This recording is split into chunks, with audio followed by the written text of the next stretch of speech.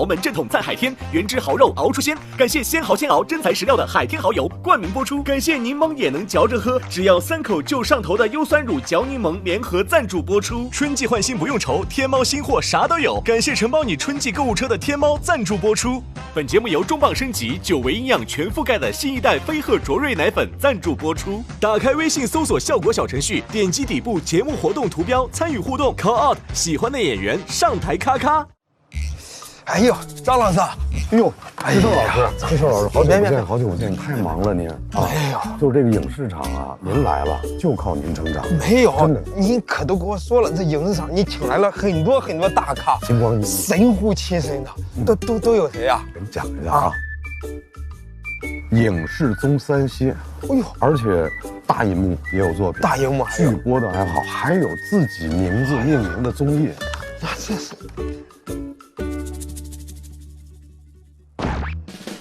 咱不带这么忽悠人的，张老师。我昨天刚给他吃完饭，这不雪琴吗？这雪琴怎么了呀？这不是天天见面。哎，再给你介绍一个。行。最近，逐玉播的好不好？好呀。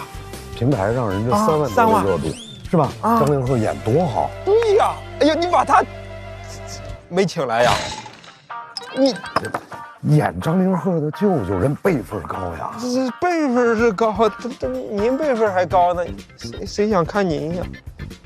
这事我觉得你出去一趟吧，就说话就开始变得很难听。不是实话多难听。短剧100亿女王啊，是啊，豆瓣作品9.3分啊，也是。这年轻演员跟宁静也合作过，你说还要怎么着？还要怎么着？那按您这么说，那您才这里边也很厉害呀！您40亿票房，西红柿首富，对，正极的小红花，对，您这都有出演呀！您影视大咖，谬赞啊！哎呀，不是，听不出来好赖话。哎，志胜，你也是个别人喜欢的古装男1号啊！哎呀，你的那个侠客，呀，多棒呀！是吗？那说咱都很厉害，都是大咖。是的。哎，不是，什么叫个别观众呀？走。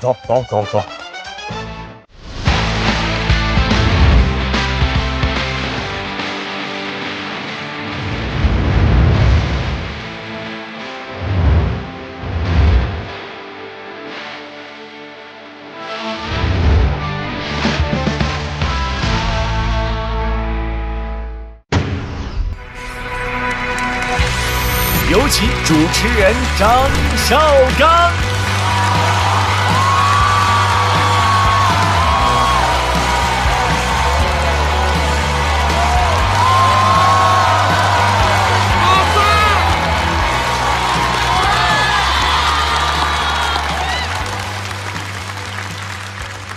名人不说暗话，各位好，欢迎来到由鲜蚝鲜熬的海天蚝油冠名播出的主咖和他的朋友们，我是主持人张绍刚，欢迎各位光临。节目已经播了9期了，追着节目看的观众，我都不好意思面对你们，因为已经有观众问了，说你们节目是专门就是和我们对着干是吧？就是想看的人一个都不给。是的，只有你们想不到的，没有我们请得来的。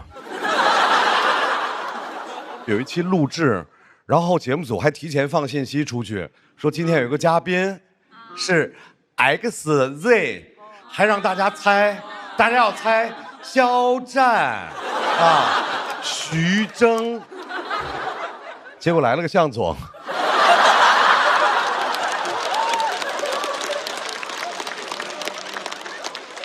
所以什么事儿啊，就是慢慢就习惯了，现在大家也慢慢接受了，已经不奢望我们这儿能来什么像样的主咖了。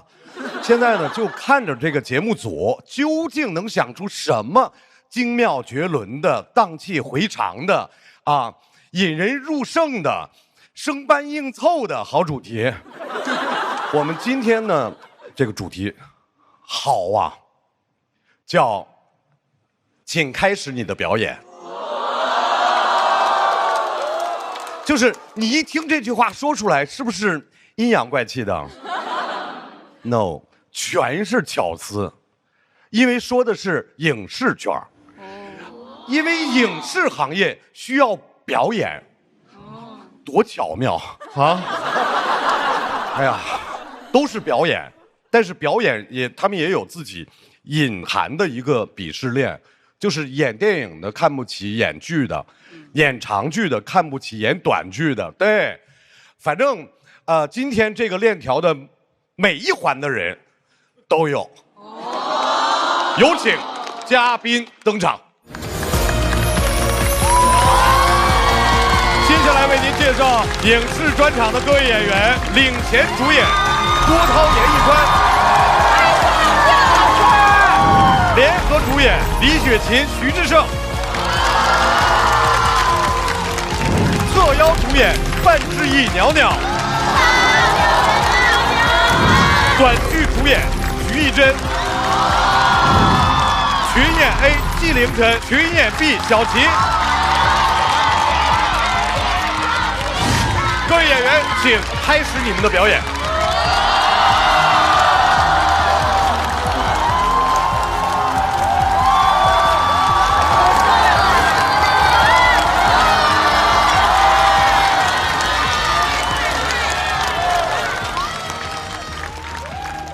来吧，再次给今天这么强的阵容掌声鼓励一下。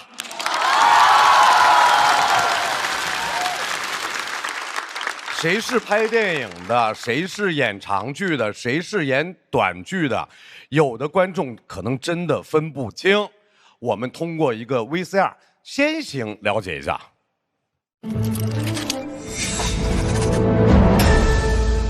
既然这期是影视专场，那就用观众喜闻乐见的方式来介绍，从夯到拉，锐评本期嘉宾。首先来说，当年被天涯论坛民选出来的天涯四美严屹宽，夯爆了！怎么会有人帅成这样？在上汽读书时，严屹宽就是公认的班草。我觉得我们班啊，那时候最帅的是严宽。凭借少年张三丰进入大众视野之后，一系列古装剧更是证明了这哥的古装有多权威。以前宽哥只是帅哥，直到25年哪吒上映，网友发现龙王敖光的建模与严屹宽极其相似，他开始被称作建模脸。最近在主狱演张凌赫舅舅。陛下，臣来晚了。帅的一出场，把皇帝都衬托成了公公。但他本人帅而不承认，还说不想要这副皮囊。哥，你啥时候不要？能不能说一声，我好去捡？为了转型，他做了很多努力，在一人之下演变态萧自在，结果实在太贴脸，又演成了斯曼男，在披哥里发癫搞抽象，还回怼粉丝说不想被过多关注。哥，你可能确实不了解粉丝，有时候你越想把大家推开，大家越喜欢你，你甩不掉的。你切记，颜是你的性，帅是你的命。如果说严屹宽是建模怪，那我们的好朋友智胜就是建模有点怪，靠自嘲长相的段子大。准备好接受暴力丑学的幽默了吗？脱口秀水平可以给到顶级，但之后跨界做演员，演技只能说拉完了。刚开始还老老实实去客串。小派大人来了。虽然很多观众根本没发现有他在，后来胆子越来越大，顶替姜文出演戏台，在周星驰的短剧里力压群星，还迎来了自己的大男主古装剧《侠客行不通》，确实行不通。播出后就被骂上热搜，不仅女主演表示对智胜开机就心碎，你们心碎的瞬间是开机就心碎了，还带着一帮脱口秀演员去客串，不愧是脱口秀的好朋友，丢脸也要带大家一起丢。但毕竟智胜是自己人，所以综合还是给到夯爆了。没错，我们节目就是这么人情世故。简单来说，就跟现在影视圈的部分风气一样。哎，等等，你们的排名也太不客观了吧？怎么不客观了？我们可不是随便排的。我都排到夯了，还不随便？谁说只有你了？你看看你旁边是什么？这是肉类烹调好搭档，烤肉香，腌肉嫩，加一点就好鲜好鲜的海天金标蚝油。这下知道我们这个排名的含金量了吧？太知道了，毕竟海天蚝油夯爆了，但能不能让它排在我上面？行，那你顶着吧。我们继续。同样从脱口秀演员转型的李雪琴，什么脱口秀大会呀、雪国列车呀，这些咱就不提了。总之是一路升咖，各种节目都能见到她。综艺效果可以给到顶级，但影视效果吧，时而好，时而拉。你搜李雪琴演戏，能出现一堆矛盾的词条。有人说她表演自然，有自己独特的风格，也有人说她表演出戏，只会演自己，古装剧也一口大碴子味儿。那也不能赖我呀，那我能有什么心思？但雪琴不语，只是一味的跟帅哥演吻戏。总的来说，雪琴的跨界效果可以给到人上人，但因为太久没回来讲脱口秀了，我们很眼红，所以只能给到 NPC。雪琴，欢迎你常回家看看。说完努力转型的，来说说转不动型的郭涛。当年的话剧欧姬，恋爱的犀牛第一个马路，后来马路就跑路了，从话剧跑到了影视剧，演过各种大导演的戏，但就是不火。直到出演《疯狂的石头》《父母爱情》《烈日灼心》等佳作，逐渐成为实力老戏骨，演技可以给到顶级。后来还自己当导演，以2.9的评分力压2.2分的逐梦演艺圈，也算是高山流水遇知音了。当然，年轻观众认识他，可能更多还是因为某档育儿节目，别的《爸爸去哪儿》咱不知道。郭涛这个爸爸可以说无处不在，因为后来他不是演硬汉，就是演中年父亲，被批评演技固化，吃老本，现在只能给到 NPC。哦不，别 NPC 了，给他新建一个等级吧， D1NG， 也就是老登的登。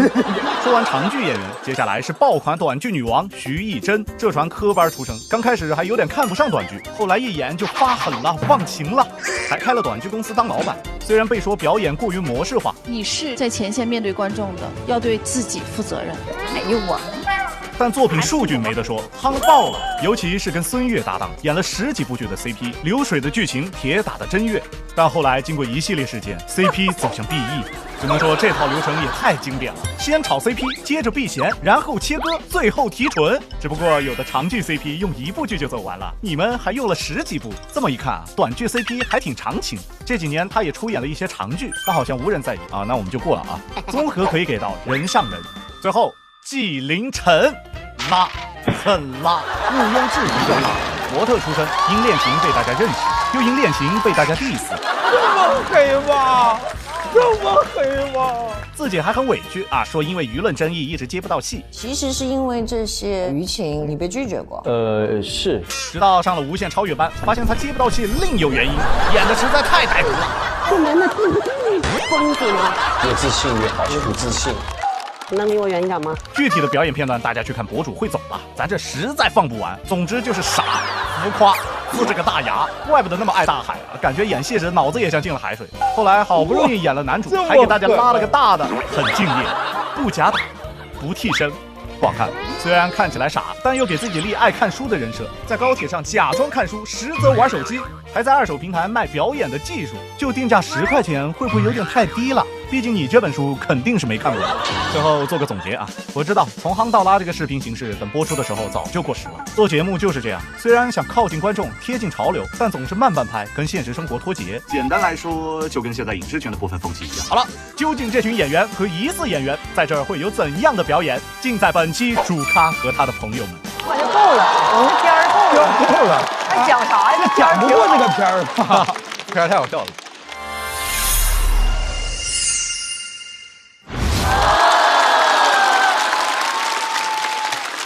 每次我们这 VCR 都特别精彩，我再稍微介绍那么几句，让大家进入到吐槽的这个氛围啊。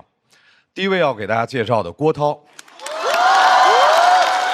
实力演员，了不起啊！19年主演的电影，刚才大家看到了，叫《欲念游戏》，豆瓣2.9。他这几年就一直在想，当初是谁忽悠我去演的那个戏？后来想起来，哦。是我自己导演的呀！导演完这个电影，就有人评论说郭涛是疯了，但是也有肯定的，说是肯定疯了。严屹宽曾经和钟汉良、乔振宇还有霍建华并称为天涯4美，后来有那么几年就没动静了，可能在做一个安静的美男子啊。最近呢，竹玉又让他小火了一把，在剧里面演张凌赫的舅舅。大家发现了吗？我们刚才提到的所有这些人，都比他有名。这就是人家严屹宽在演艺圈的地位，永远靠配角出圈，配角感很高。他演配角就是绝配。哎，好词儿。纪凌尘很熟悉，从模特转到演员，这2年在无限超越班啊，演什么都像二愣子，靠着纯天然的傻获得了关注。举个例子吧，大家记得他在那个里面演过一个警察，然后自己给枪配音，啊，蹦蹦蹦蹦蹦什么蹦啊？枪是那么响的吗？纪凌尘，我跟你说，你应该，枪是不是应该 biu。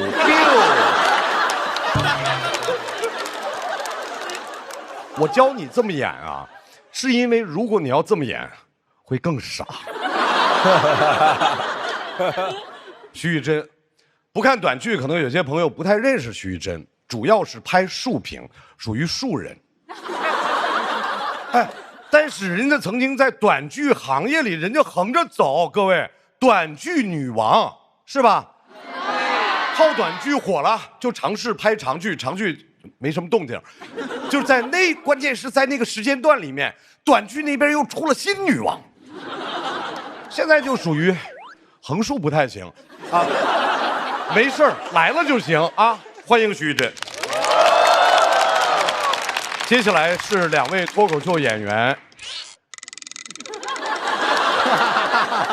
我换个说法，前脱口秀演员李雪琴和徐志胜，两位老师，他们是以嘉宾的身份来的。我这么长时间了，我当过嘉宾吗？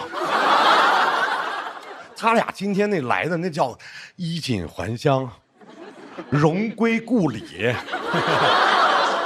对吧？毕竟人身份不一样了嘛。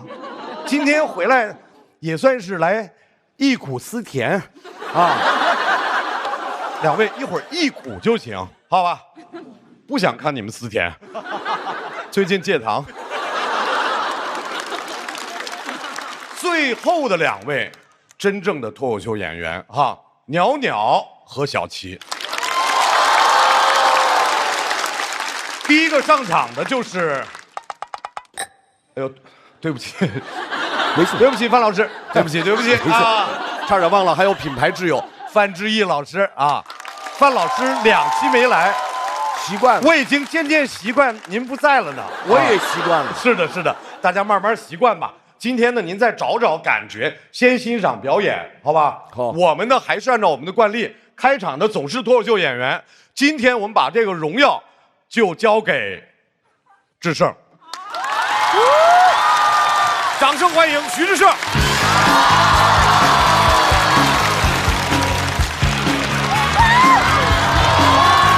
呀，谢，大家好，我是志胜，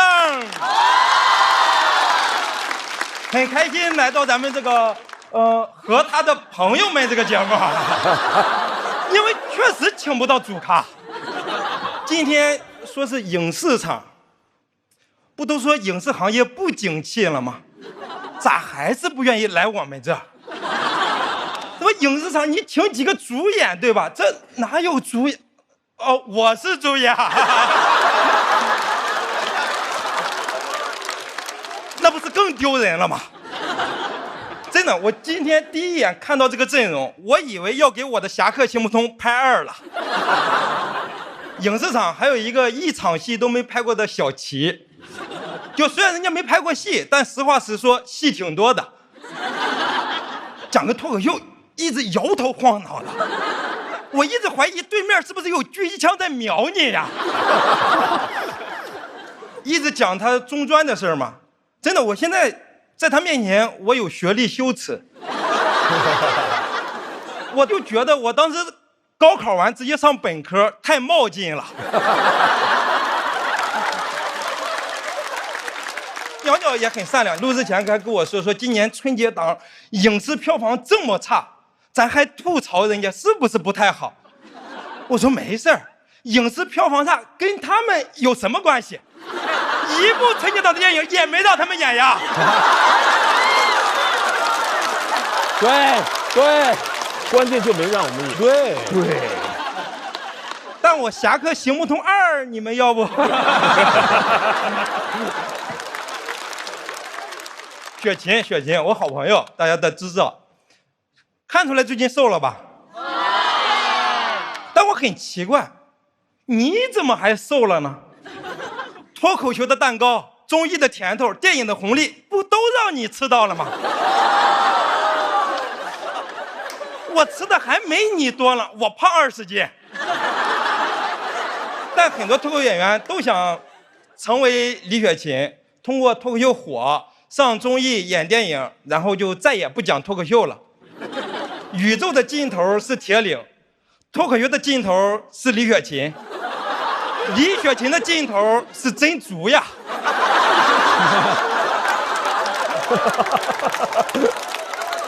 确实也很火，确实很火。前一段时间雪琴割几个息肉还上了热搜，割几个我不知道，但我知道其中2个息肉，一个叫脱口秀，一个叫王建国。当然现在叫息肉，以前那可都是心头肉。雪琴私下里还说，因为大家对她的演技褒贬不一，她都不敢上网看评论。雪琴，你知道吗？褒贬不一已经是一个很好的评价了。你知道我多想获得一个褒贬不一的评价？对我的演技没有褒的，全是贬。那段时间我点煲仔饭，外卖小哥给我送过来，看到是我都说：“先生，您的扁仔饭到了。”扁仔饭，真的，现在这个互联网上，连豆花的口味都能吵起来。在此，我想质问全网，就没有一个人觉得我的演技有争议吗？全是让我退出演艺圈的。我多希望能有个争议，在我身边说一句：“留下来，留下来，留下来。”行。最可气的是，网上还有好多人说我演戏有口音。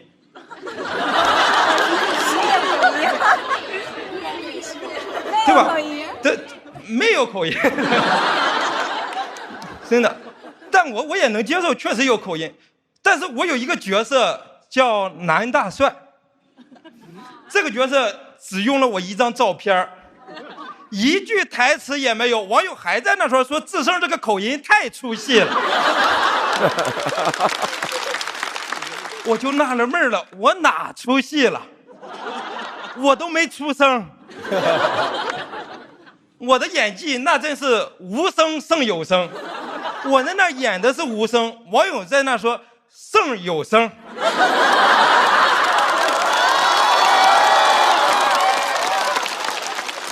聊聊，哎呀，严老师确实帅，很帅，对吧？很帅，天涯四美。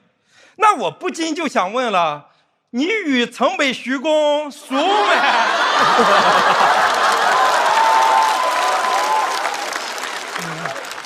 惜败。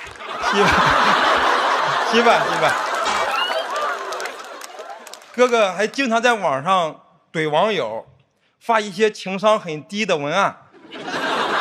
真的，大家都说他用了14情商换来1世容颜。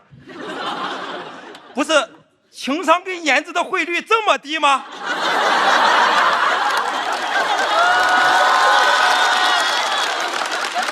合着我这1世情商就能换他1/10的容颜，我连一个完整的五官我都算不上，我是他的一个鼻孔。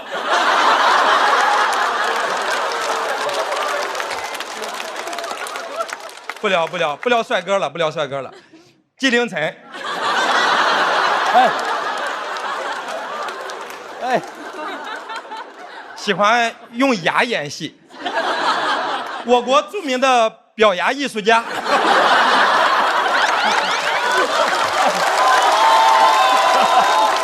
大家尊重点，这也是未来的老戏牙。但季老师没关系，就是你是咬着牙演的，我们也是咬着牙看的，对吧？演技确实挺差的。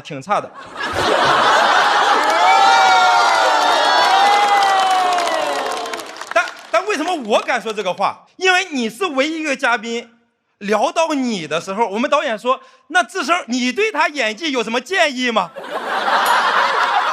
但我也确实演技不好，我对你也只想出来8点建议。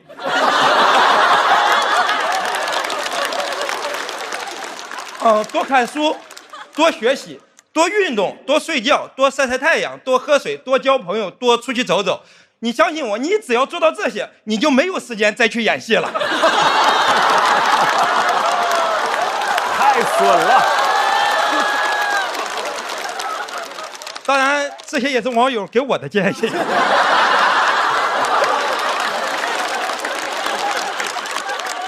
但人家确实看书，确实看书，不光看书，还卖书，自己把一本表演的技术挂到闲鱼上，10块钱包邮，这个价格确实对得起他表演的技术，1分价钱1分货。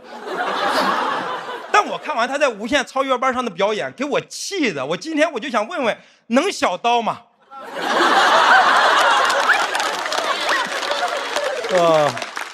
大家别误会，别误会，不是价格砍1刀，就是砍他1刀。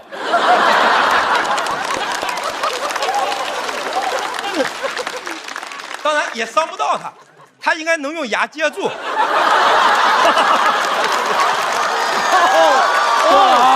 多了，别生气，别生气，多了啊！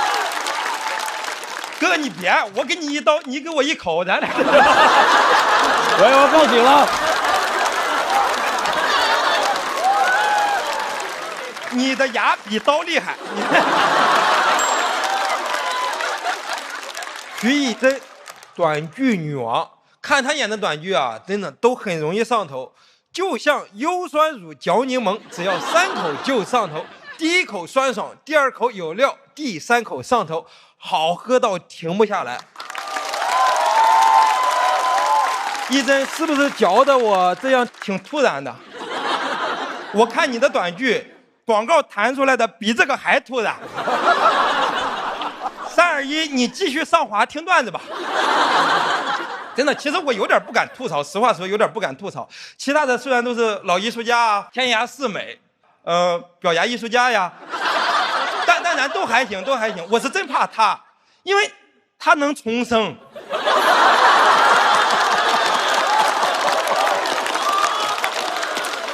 你们信不信？我们这录完，接着就能有一部重生之吐槽我的人都得死。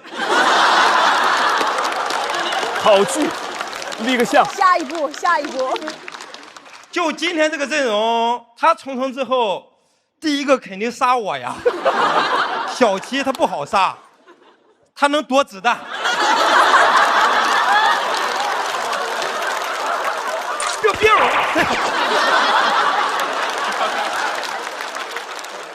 但徐艺珍的故事听起来还是很亲切的，有短时间成为一个领域的一姐，有一个大火的 CP， 拆了 CP 以后开始上综艺演电影，哎，这个剧情，你要不要也去查查息肉？郭涛老师最早是演话剧的，后来演电影啊、电视剧之后，没回去演那个戏剧，就说自己是戏剧的叛徒。老师，你别这样，那叫跨界。那你要不今天怎么介绍大家？李雪琴，脱口秀的叛徒；徐艺珍，短剧的叛徒；小齐，想当叛徒。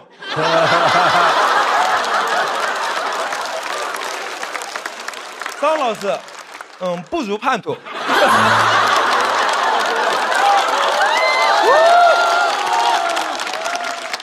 我这是对你的祝愿，张老师，就是希望你也去跨界，对吧？你跨界成为一个素人。郭老师他演戏还有3不原则：第一是不接吻戏，第2不接床戏，这些我都懂。和我搭戏的女演员也都有这些原则。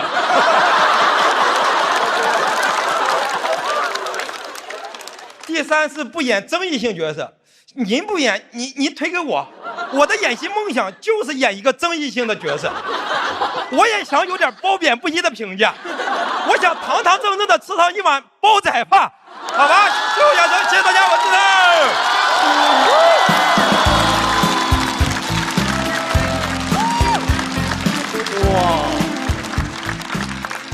志胜，你的话特别不好接。什么叫不如叛徒？我怎么不如叛徒？如也不是，不如也不是。是。不接啊！接下一位要上场的朋友严屹宽。大家知不知道他去年拍了一个横屏短剧？你看，我一猜就是这样的结果。你听听，横屏短剧，这一结合就不正宗吧？是不是？横屏还得拍长剧，你比如《逐玉》，是吧？其实我们这期呢是想请张凌赫的，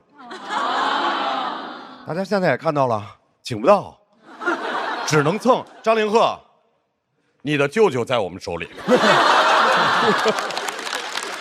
有请张凌赫的舅舅严屹宽。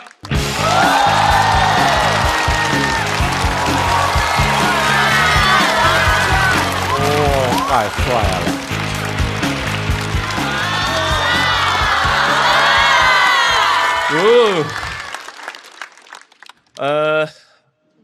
张老师一定是没有看过《逐玉》的全集，因为我在戏中演的是个反派，张凌赫应该是不会来救我这个舅舅的，甚至想在正月里剃头。嗨，大家好，我是演员严屹宽。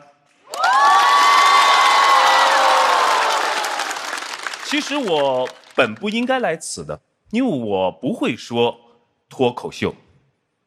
节目组跟我说没事啊，你找你主要的原因是说观众说这个节目不好看。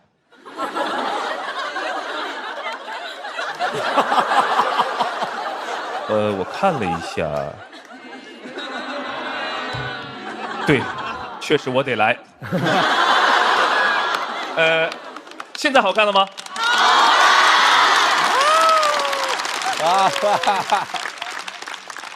毕竟呢，我是天涯四美中唯一一个有时间来的那个，所以今天只能我独美了。你们可能不认识我，对，但你们一定见过我这张脸啊，因为呢，就是出现在那个标题叫做"我们当年吃的真好"的帅哥系列混剪视频里。我一直在那里混得很好，可以说是脸红人不红。有的时候我刷到自己的视频也会老脸一红，毕竟我从业30年了，演了上百个角色，萧水郎、燕青、展昭等等，大家一个都没记住，只叫我帅哥。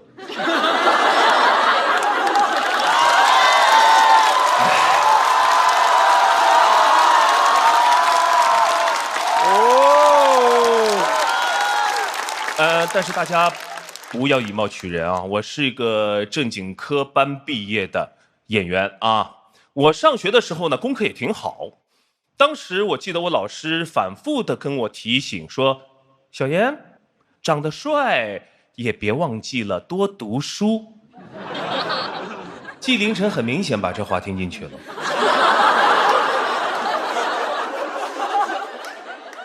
你看他多爱读书啊！玩手机都要包着书皮玩。我没有和纪凌尘拍过戏，但是我们在一起打过篮球。他这个人怎么说呢？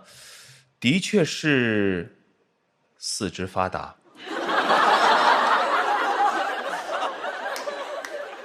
我觉得这个媒体啊，对他的评价是有失公允的。小纪看手机就是玩手机吗？万一他是在看电子书呢，对吧？对啊。他是觉得拿着手机硌手，就用书来垫一垫啊。纪凌尘的四肢是绝对能够干出这种事儿的。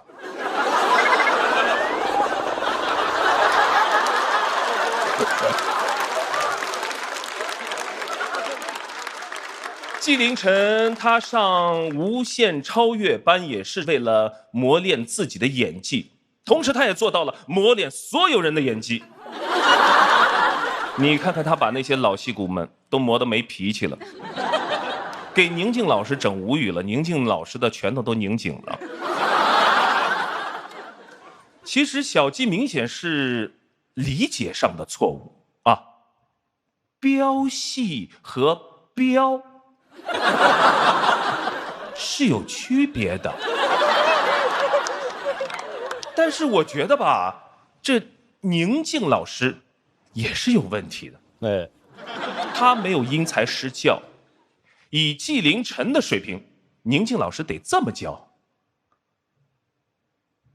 胡萝卜，纸巾，哇，真棒！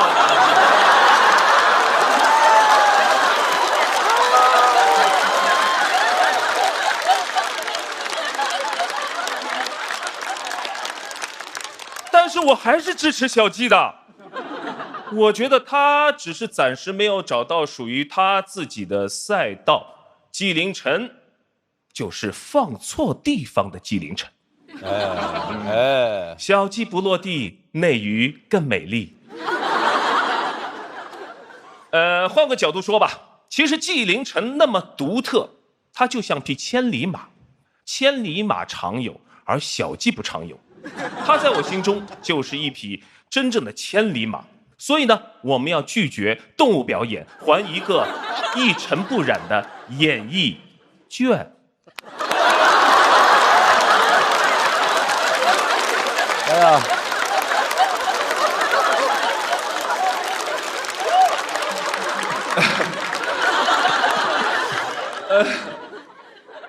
我觉得要给年轻人机会，真的还是要给年轻人机会，因为没有人生来就是老戏骨，除了郭涛老师。郭涛老师好演员啊，我很羡慕郭涛老师。我的长相呢是很容易让人忽略我的演技，但郭涛老师就简单不少了，因为感觉在郭涛老师小鲜肉时期就已经老戏骨化了。郭涛老师就是含着老戏骨出生的。想想我自己岁数不小了，但还是没有人叫我老戏骨，还是叫我什么老帅哥、老鲜肉、老法拉利。哎，哦，长相真耽误事儿啊。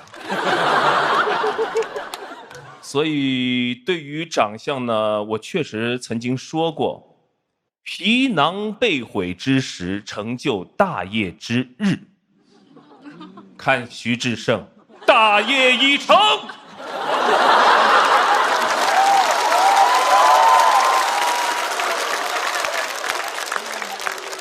这个年纪就演上男一号了，起点比我高了很多啊。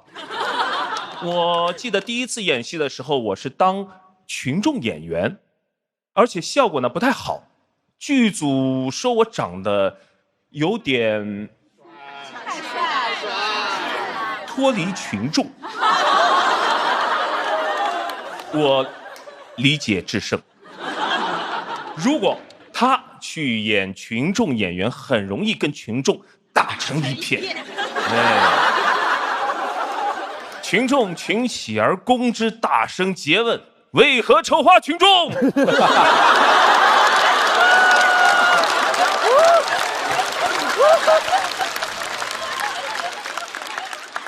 正当徐志胜与群众演员打得不可开交之时，李雪琴已悄然入主了大屏幕。大家总说李雪琴演啥都像李雪琴，我觉得是口音问题啊。就是你老是带着东北口音，就很难让观众带入其他的角色。不像我每次表演的时候，都是字正腔圆标准的普通话，因此才顺利的错过了出演《繁华》的机会。阿拉上海人上海话讲得老好哎！阿哥，大将军，侬讲对吧？生活在球迷啊！哎，哪能会得搿能样事体啊？妈你晓得？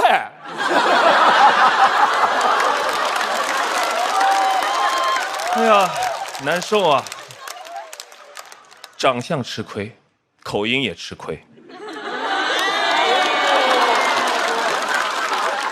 现在看来，只有徐艺珍一眼就能看出我是上海人，因为徐艺珍啊，是我见过看男人最准的女人。不管是外卖员、修理工，还是建筑工地搬砖的，她总能够一眼挑出身价上亿的霸总。在艺珍的世界里，360行，行行出霸总。直到他邀请我演短剧啊，我才知道他成立公司了，专写女频爽文。原来他就是霸总。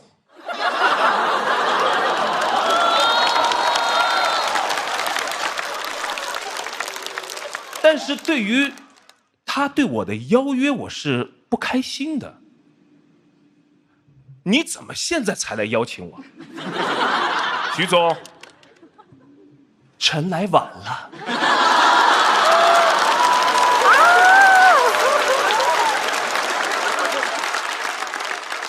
其实在我的心里面没有什么鄙视链，短剧演员也好，脱口秀演员也罢，大家都是演员。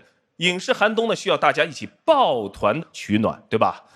我其实很怀念曾经的片场，因为曾经大家在一起，在一个大帐篷里聊戏，真的那种气氛非常棒。但是现在的条件呢越来越好了，交流呢却越来越少了。各自的戏份一拍完，转身钻进自己的房车里，四下无人呐！我气得我转身钻进了自己的房车里。我一直在想啊，我相信真正的交流碰撞才能让演员之间产生有温度的戏，不然在 AI 高速发展的今天，大家随时都可能被取代。可能未来的某一天，演员只需要建模就可以了。还好我本来就是会抢答了。好，如果真的有这么一天的话，我愿意公开我的长相的源代码。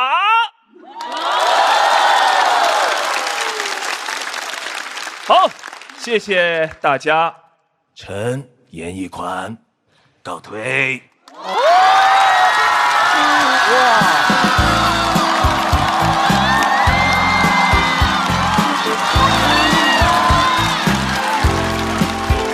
这怎么就鼓掌了？这怎么就鼓掌了？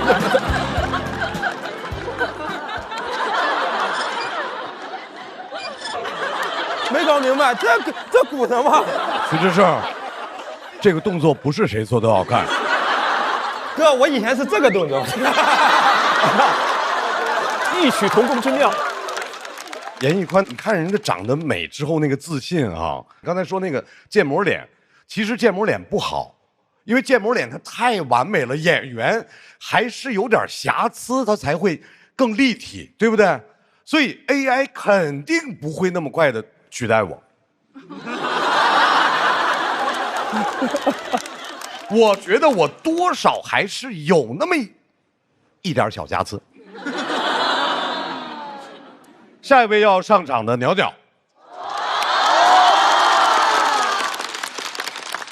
鸟鸟在徐志胜刚才说的他自己当男一号的那个《侠客行不通》里面客串了一个小角色，客串的是老鸨啊，确实是有反差感。我作为一个观众，我看的特别心疼，就是有一种很强烈的老实人还没豁出去的那种感觉。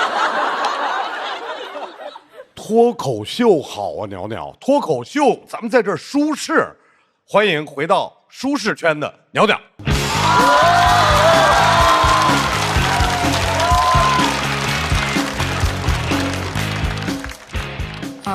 我还是太善良了，不好意思拒绝，所以大家好，我是袅袅。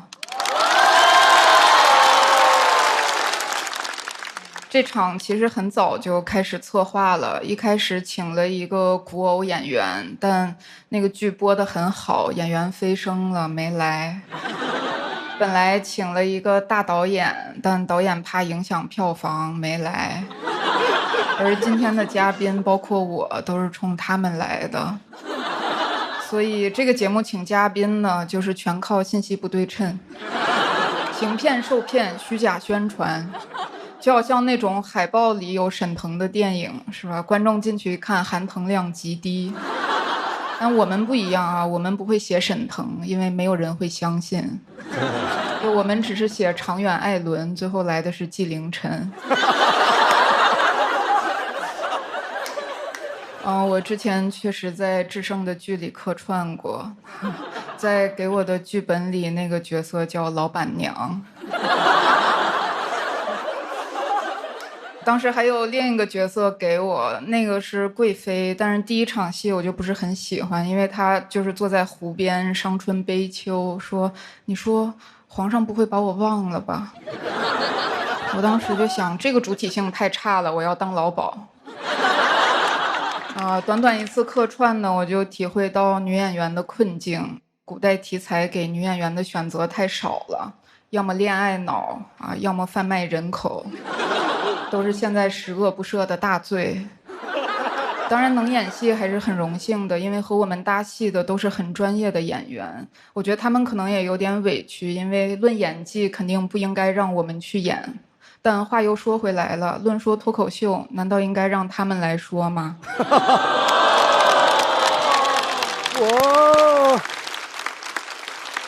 那当然是求他们来说了。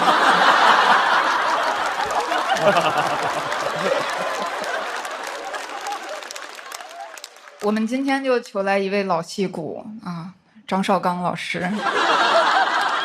大家可能不知道张老师参演的都是大戏，《长风渡》《西红柿首富》，都说是影视寒冬，但张老师却一直在横店。有句话说潮水退去才知道谁在裸泳，也知道原来是张老师在偷泳裤。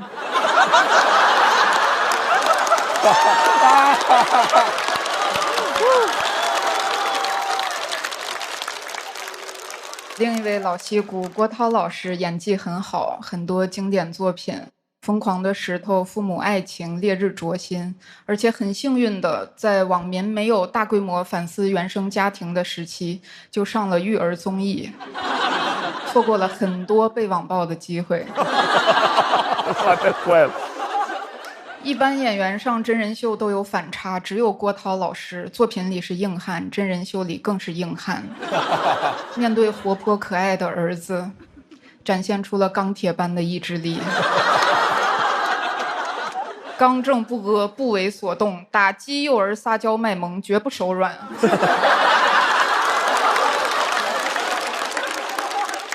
徐志胜和李雪琴，我的前同行。都说红气养人，雪琴变得多漂亮呀！志胜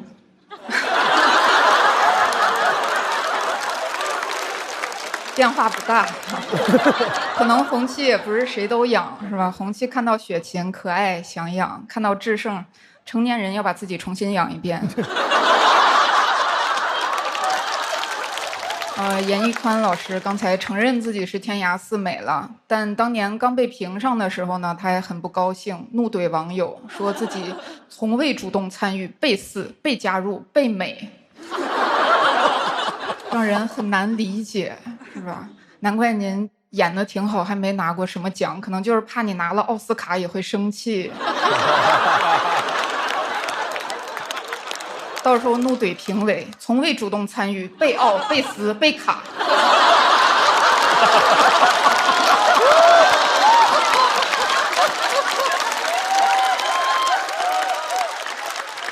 这个严屹宽老师明明很帅啊，偏偏不接受自己帅。有几年接戏的标准就是要丑、要糙、要看不出一丝美男的影子。您不要看智胜。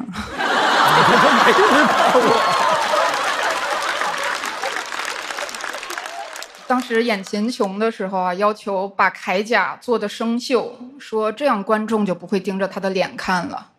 面对这么没有逻辑的要求，导演盯着他的脸答应了。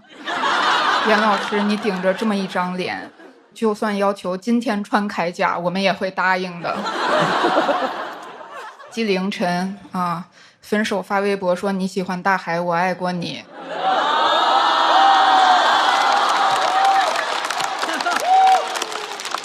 被网友戏称为大海哥。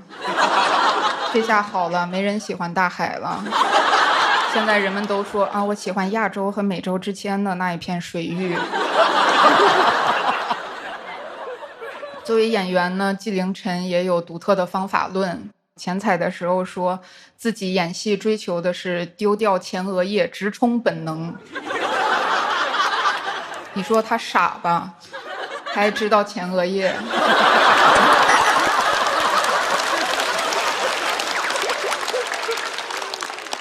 你说他不傻吧，他要丢掉前额叶。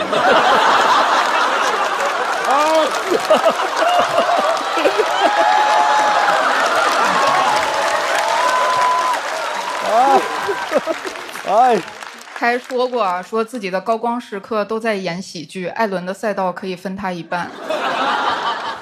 纪凌尘老师演正剧把人看笑了，不叫会演喜剧。就像你冬天在冰上打出溜了，不叫会短道速滑。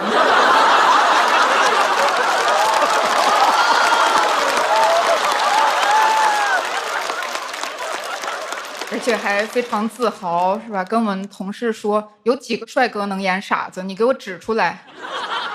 在我的印象里，莱昂纳多演过傻子，演得很好啊，只可惜只在好莱坞混，想必是为了避开纪凌尘的锋芒。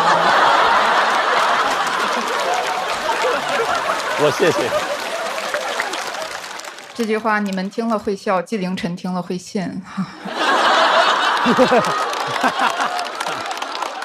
但一开始听纪凌尘说的话，我有点想笑，看到后面我又觉得很羡慕，就是这么自信的小朋友，真想用他治一治郭涛。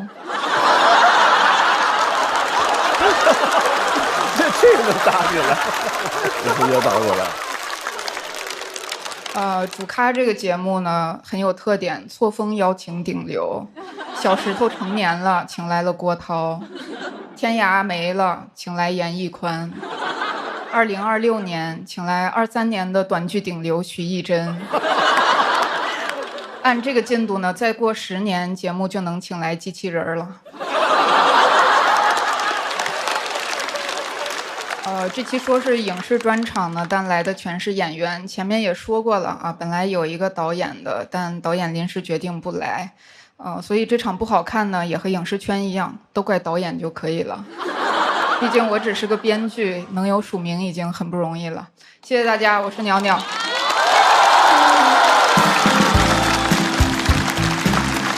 可以，厉害厉害厉害。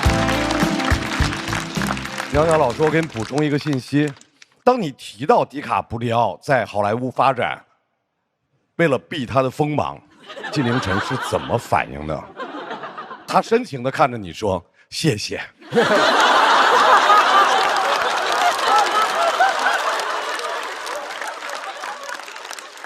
再次感谢鸟鸟的表演，编剧很重要啊！大家记得看我们的节目必须看片尾编剧署名啊！鸟鸟别在意这场好不好笑，我跟你说，整个这一季都挺好的。马上要上场的范志毅，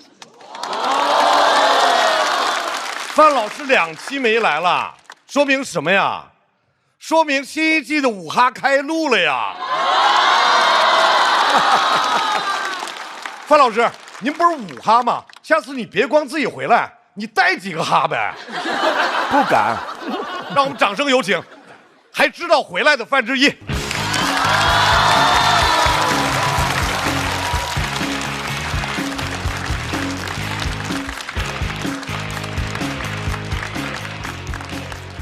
大家好，我是范志毅。2期没来了，真的都给我憋坏了哈！再不来，小鸡上的都比我多了。第一个，你一个电影电视剧都没有拍过，为什么也来影视系啊？你影视什么？你影视真的大。让我来影视区吐槽，我真的都心虚啊。我也不是专业的，大家都知道，我主业是个综艺咖。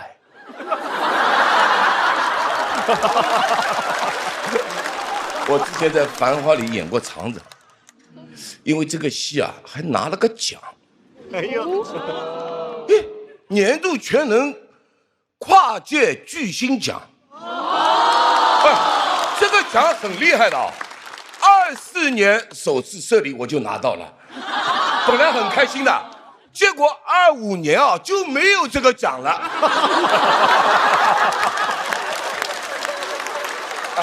为我设的奖啊，还就发一次。哎，不愧是影视圈啊！今年腾讯视频，要记得给我颁奖啊！如果不给我这个奖，我要到对面去尖叫了。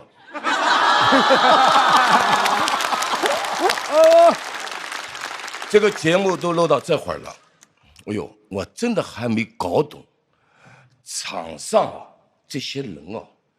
到底什么关系，让你们硬拉到了一起？哎，节目组和我说，郭涛和张绍刚的关系是，说他俩都是射手座。哦，那我们3个都有关系了。以前在场上我也是射手啊。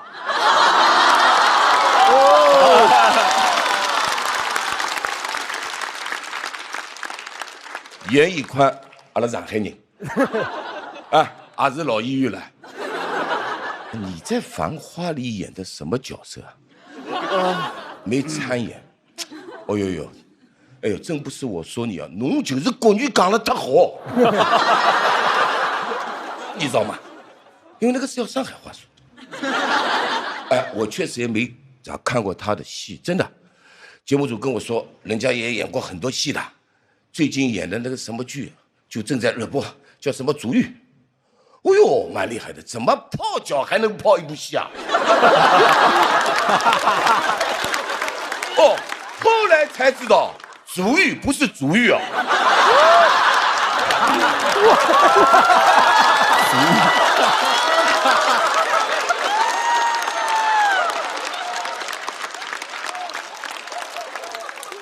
严屹宽还说，因为自己长得帅，带来一些演戏上的困扰。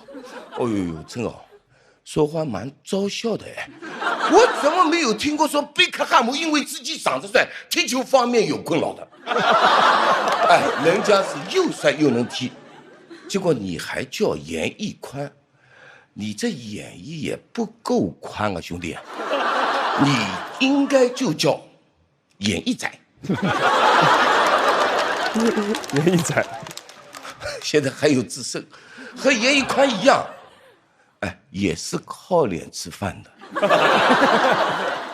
客串过很多电影，票房都很高的，好几部电影加起来啊，没超过1分哦，不容易的，戏份都是按秒算的，有的观众还说看不够，那都算好的了，很多观众都找不着啊。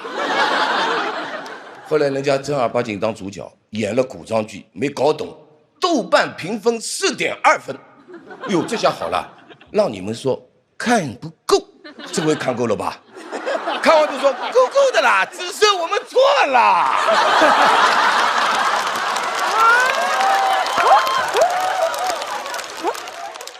不，志正啊，你也别灰心啊，毕竟是跨界，你看人家专业的就不一样。郭涛老师。导演的电影豆瓣评分2.9分，你到底什么水平？郭老师，专业的搞成这样不容易的。你是影视圈的哎，拍个电影连个奖都拿不到，那一年金扫帚奖都输了。最差电影拿不到，虽然你打不过人家，但你就连最令人失望的导演都拿不到，你太让我失望了。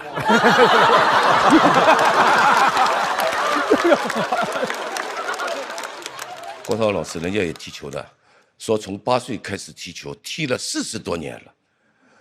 足球简直是他生命的一部分，真的，我都没有说过这种话。我也8岁开始踢足球，踢了40多年，我只想说，综艺简直是我的生命一部分。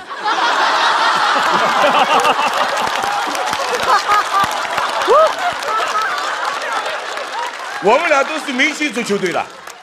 他说一直没有找到机会在球场上跟我一起切磋一下，每次我俩都碰不上。你找错地方了，你要踢球上综艺来找我踢。明星足球队不上综艺踢，你算什么明星？徐艺珍之前在武汉见过，当时感觉蛮谦虚的。听说现在人也在做短剧的这个制作人，我也想拍短剧，艺珍。你看看有没有合适我的？拍个像什么重生之国足队长，世界杯冠军就是他。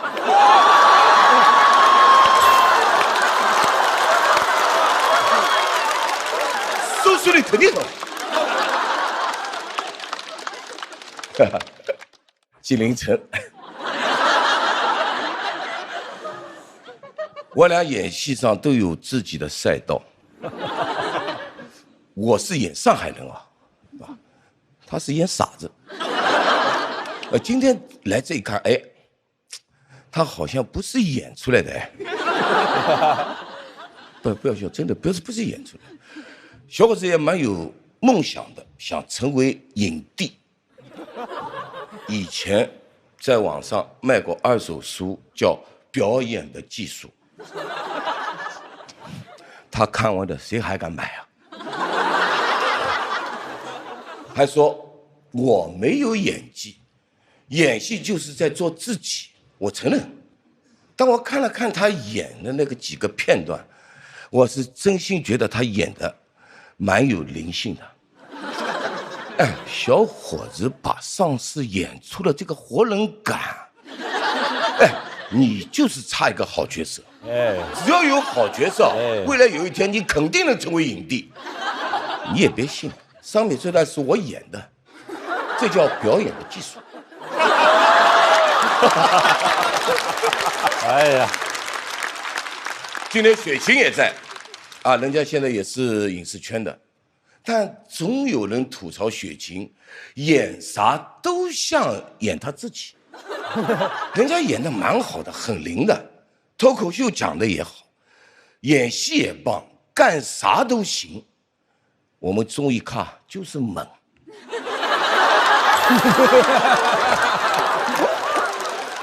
其实啊，我俩在影视圈啊，能这样，那还不是因为影视圈越来越不行了。有些专业演不好别人，我们又能演好自己，可不就让我们闯进来了啊！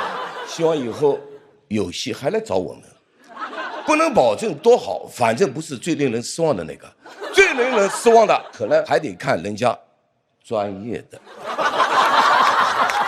毕竟大家对他们的要求高。谢谢大家，我是范志毅。没想过特老师话。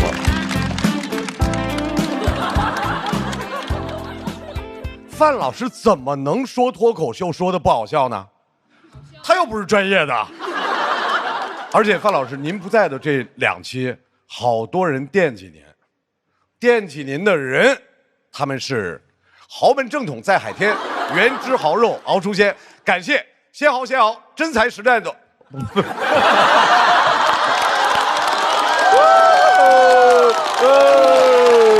这你该下岗了。这种是不是专业的嘛？我跟你说啊，你现在去横店太多了。好好念，搭档。调整一下表情。豪门正统在海天，原汁蚝肉熬出鲜，感谢鲜蚝鲜熬，真材实料的海天蚝油冠名播出。怎么喝都好嚼，怎么嚼都好喝。感谢柠檬也能嚼着喝，只要3口就上头的优酸乳嚼柠檬联合赞助播出。得了，哎呀，马上要上场的是李雪琴。